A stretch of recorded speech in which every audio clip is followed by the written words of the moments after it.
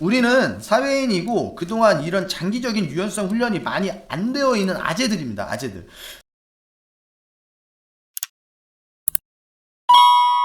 대부분의 사야인들이 사회인 야구를 하면서 가장 해보고 싶은 포지션이 아마 투수 아니겠습니까? 포수처럼 쭈그려 앉아서 공 받고 싶은 선수는 많지 않죠. 투수처럼 가장 높은 곳에서 우뚝 서서 공을 뿌려대고 싶잖아요. 하지만 그 자리는 누구에게나 허락된 자리가 아니죠. 단순히 강한 어깨를 자랑한다고 해서 볼질을 수도 없이 하는 선수가 설 수 있는 자리도 아니고, 강한 어깨가 아닐지라도 보통의 어깨를 가지고 가운데 넣는 재주로 승부하는 선수라면 마운드 위에 설 수는 있겠지만, 오히려 그 재주로 인해서 난타를 당하다 보면 그나마 가지고 있는 제구력도 상실해버리는 그 자리가 바로 마운드에서의 투수라는 보직입니다. 투수라면 기본적으로 갖추고 있어야 할 제구. 오늘은 그 제구에 대해서 투수 행진의 생각을 한번 말해보겠습니다. 투수 행진곡의 구독자이시자 시청자분들 중에 꽤 많은 분들이 저의 제구력에 감탄을 하시면서 제구력을 향상시킬 수 있는 방법이 무엇이냐고 이렇게 물어보시는 분들이 많아서 조금이나마 도움이 되고자 몇 마디 한번 해보겠습니다. 왜 많은 선수들이 투수를 선호하는 걸까요? 아니, 정확히 표현하자면 선호보다는 약간 선망이라고 해야 하겠죠? 그건 아마도 누구에게나 허락된 재능이 아니기 때문일 거예요.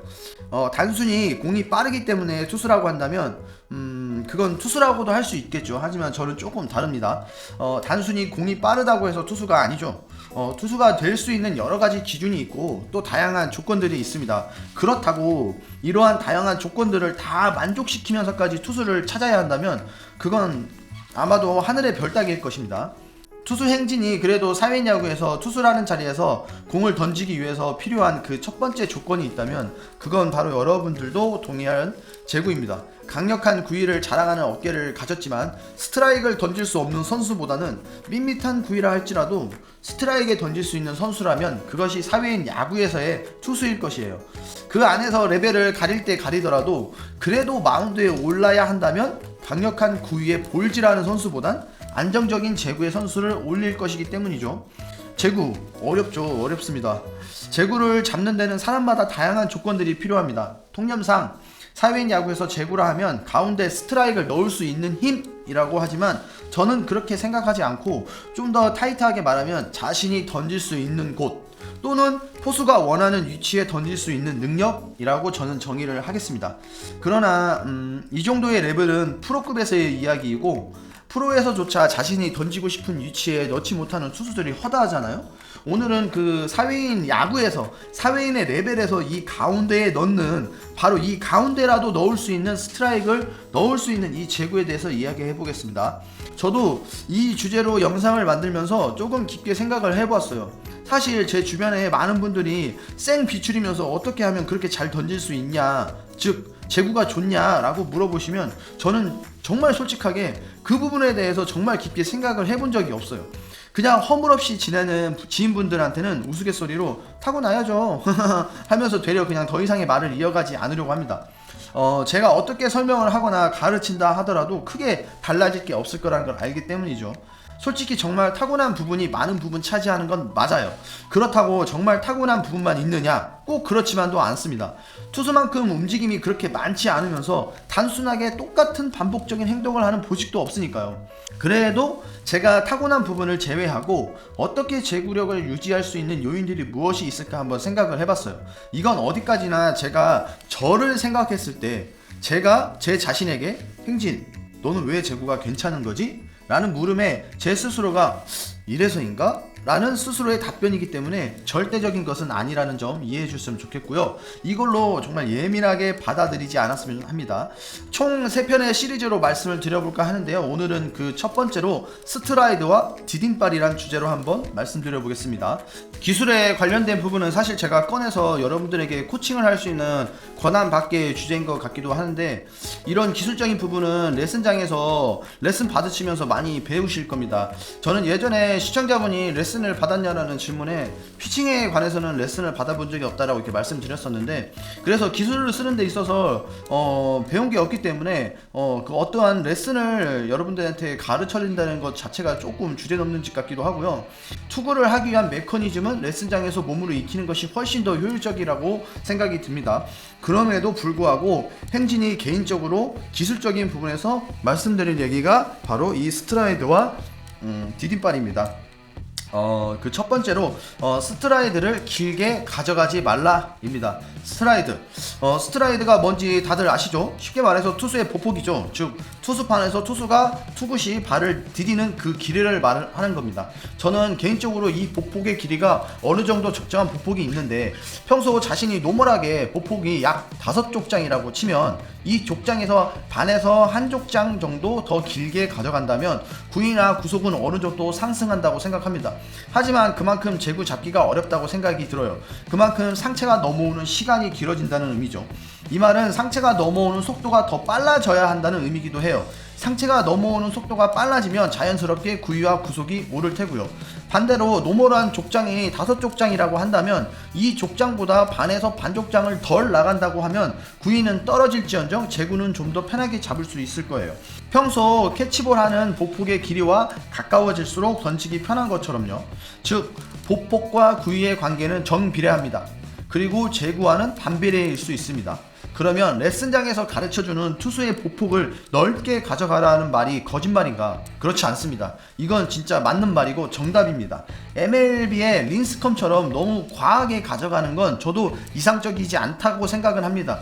내가 평소 편하게 가져가는 정도가 6족장이라고 한다면 그보다 반에서 한 족장 정도의 넓이를 가져가면서 가르치는 것이 이건 맞다고 봅니다. 그러나 이건 어디까지나 장기적인 연습이 필요한 부분이에요. 투수의 보폭을 넓게 가져가라고 하는 것은 어디까지나 장기적인 연습이 필요한 부분이에요. 레슨장에서의 가르침은 단기적인 목적보다는 정말 이 선수들이 가르쳐주는 것이기 때문에 이들이 10여 년 동안 배우고 익혔던 것을 그대로 알려주는 거예요. 선수들이 약 10년 이상을 초, 중, 고등학교에서 야구를 하면서 프로가 되기 위해 실력을 갈고 닦죠. 단지 지금 이 한 경기를 잘하기 위해서 요령을 피우지 않는단 말이에요. 투수면 투수, 타자면 타자로서 자신이 가져야 할 최상의 기술적인 부분을 마스터하기 위해 계속해서 반복하는 훈련을 합니다. 심지어 일본 선수들은 스트라이드를 계속 늘리고 유지하기 위해서 유연성을 계속해서 훈련을 하는 이유이기도 하죠. 그런데 우리는 사회인 야구잖아요. 저도 사실 어릴 적 태권도 선수 생활을 했는데 정말 다리 찢기는 기본이었어요. 여러분들이 말하는 그 지금 뭐 그 학원 태권도가 아니라 저는 진짜 초등학교 6학년, 중학교 1학년까지 대회를 뛰는 진짜 태권도 선수였어요. 진짜 학교 체육 선수였어요. 진짜 다리 찢기는 앞으로 찢든 옆으로 찢든 쫙 찢는 거는 처음에는 진짜 배울 때는 많이 아팠는데, 그렇게 되고 나면 그 후로는 밥 먹기보다 쉬운 게 다리 찢기죠. 그런 유연성을 지금 제가 40이 넘은 이 시점에도 이 나이가 될 때까지 유지하고 있었다면 지금의 제 보폭은, 피칭할 때의 보폭은 어떻게 되었을까요? 현재보다 조금이라도 더 넓지 않을까요?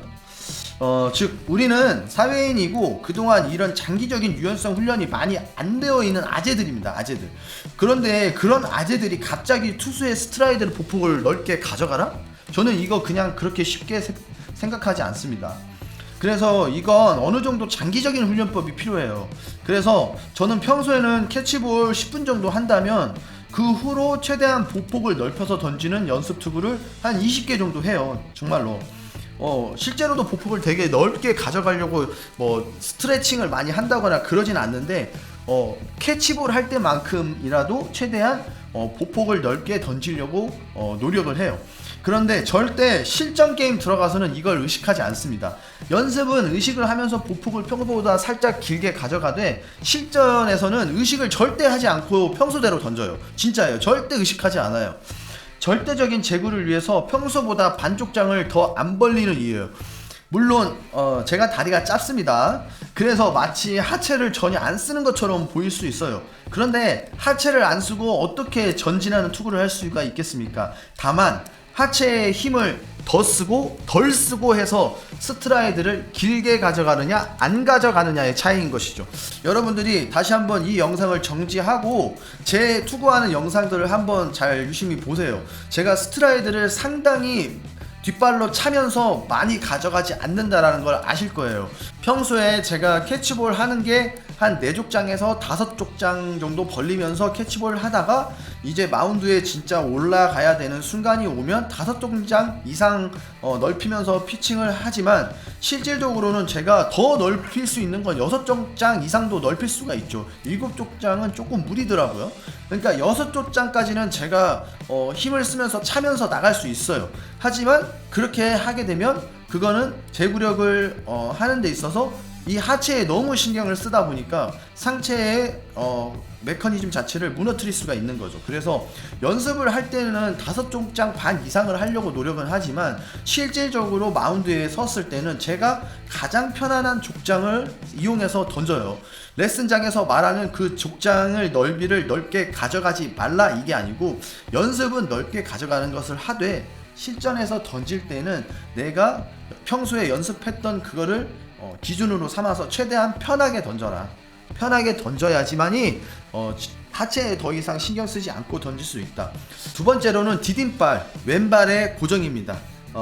우투니까 저는 우투니까 왼발의 고정이고 좌투 하시는 분들은 오른발의 고정이겠죠.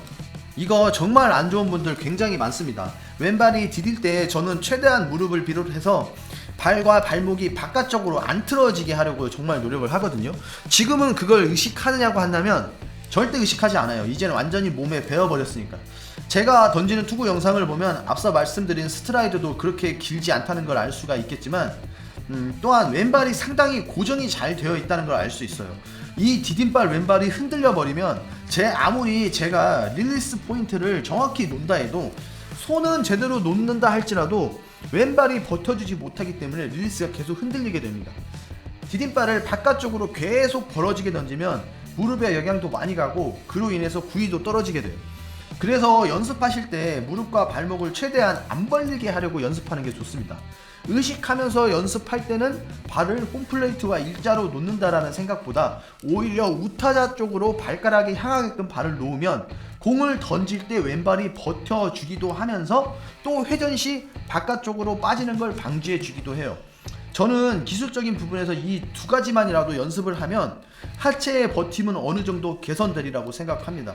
그리고 어느 정도 제구는 재현성을 가져오게 된다고 생각을 하고요. 자, 오늘은 제구력 향상을 위한 행진의 생각, 어쩌면 행진의 습관이라고 할 수 있는 스트라이드와 하체 관련되어 행진의 기술을 말씀드려봤습니다.